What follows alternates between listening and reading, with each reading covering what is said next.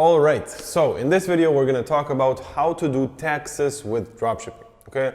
It's a really big topic and it's really important to understand that it's actually very important to understand this topic only after you start making sales. So, if you're just starting out, if you have absolutely no idea about dropshipping, if you never have ran a store yet, don't think about that at all, okay?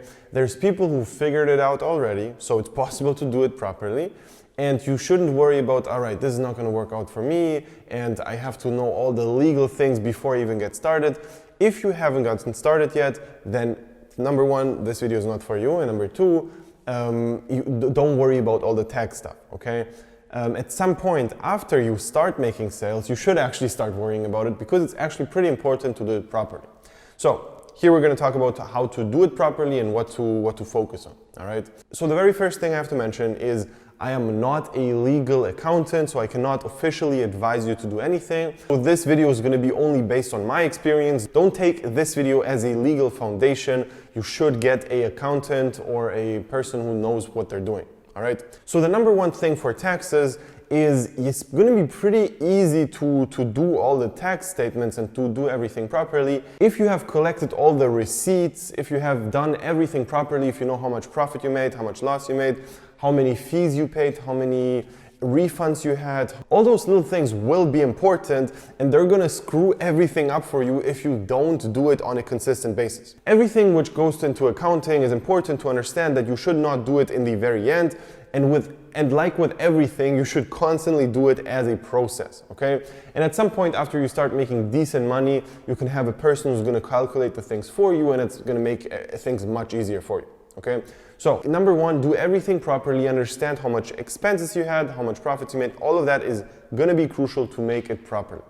And also, every single expense has to have a receipt, okay? And this is a thing which I've learned the hard way.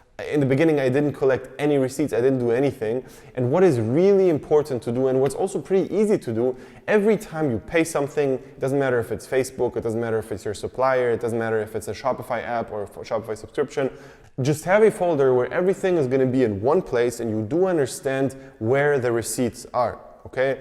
And then if that's already going to be ready, you're just going to give it to the accountant and everything is going to be done so much easier. The other thing is you need to have an invoice for every single person who bought from you, okay? So there's tons of softwares. In Germany, we use Safdesk, and it's basically a Shopify app which makes invoices for every single customer which bought from you, okay? So it's going to be automatic, you don't have to do it manually, and it's pretty simple to set up. However, you do need to have it because if people from the government or the people who get your taxes will want those invoices, they will need them for sure, all right? So you officially are obligated to have them at some point if somebody asks whenever at a random time. That can actually happen like 3 years down the line and they want receipts for 2019, okay? And then you're gonna be in big trouble if you don't have that nice organized folder, and yeah, that's basically important. Also, two very specific things I wanna talk about here is number one, get one supplier, and it's going to be so much easier if you only work with one supplier. I did this crucial mistake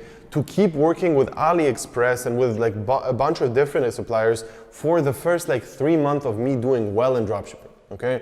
And that was a huge problem later on in accounting because AliExpress is a pain in the ass for accounting, and it's going to be a really, really annoying process if you had like 20,000 orders. All right, so it's going to be a big problem if you do like real numbers on AliExpress. It's going to be annoying. So what you should have instead is one agent, which is going to be an all-rounder. That person is going to have all the products you're selling, and he's basically going to be the supplier which you go for always. Okay, and later on you have maybe one more warehouse which you also pay, and that's it. But it's important to have this overview and not have 10 different suppliers because it's going to be so annoying. And I had this huge issue and it took me like a month or so, and we were basically 3 people which were full-time working on this to work it out and do it properly because it was just such a mess because I didn't care about anything, I didn't do anything properly, and after that I felt it. So now I know it should actually be done in the first place and you shouldn't wait for it so long.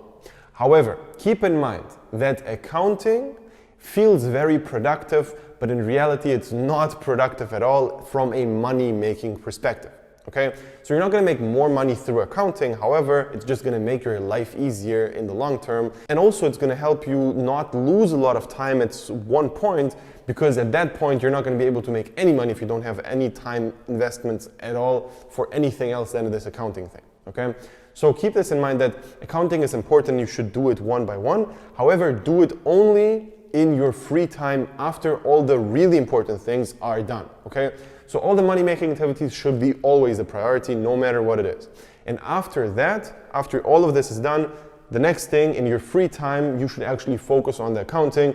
And if you do 30 minutes per week of accounting, you're probably gonna be good, all right? It's like 30 minutes per week, 1 hour per week max, and it's gonna be all right. However, if you don't do that for like 4 or 5 months, it's gonna be a really big problem. And I cannot emphasize this enough, because it was such a huge issue for me personally, and I had a really, really bad experience with it, and it was just insane, okay? And also, if you hire freelancers, you need to understand that those freelancers, if you don't hire them through Upwork or through a platform where it's super easy to get the receipts and the invoices, then it's going to be also a problem. If you just privately hire a person, they have no idea how to do anything, and you don't really ask them for receipts and for invoices, they're not going to give them to you. And the same thing goes for the suppliers.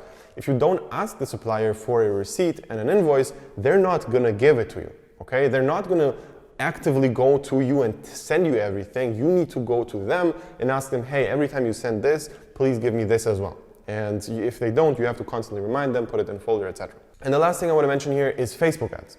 So there are scenarios where you lose access to a Facebook account and then all the receipts are gone, okay? So that can be a real issue. And if you have some kind of really strong block on that Facebook account, you're not going to be able to access any receipts and any invoices and anything basically at all, okay? So it's really important to keep that in mind and constantly download those receipts. Obviously, don't be paranoid about it and do it every day. You basically have to have a report with all the things which Facebook, you paid Facebook, and you have to have those receipts in a separate folder. It's super simple to get an invoice from them because they're a huge company and they do it professionally. However, if you get blocked, it can be an issue. It's not on ad account blocks, it's like on very specific blocks which can actually make that happen. However, just keep it in mind and yeah, don't let it happen. So this was one of those very practical videos which you can apply immediately, and it was not so much for like more of the beginner people here. However, if you enjoyed it, leave a like, subscribe to the channel, and also if you want to join my mentoring, click the link below, sign up for a free consultation session, and it's going to be a one-on-one mentoring with me personally. I'm going to look over your shoulder constantly, tell you exactly what to do, how to find products, how to set up the store, how to do the ads, how to do all of the things on Facebook, how to scale, how to brand, how to negotiate with suppliers, with influencers, how to do things properly in the long term. So if that's something you're interested in, just click the link below, and yeah, see you there.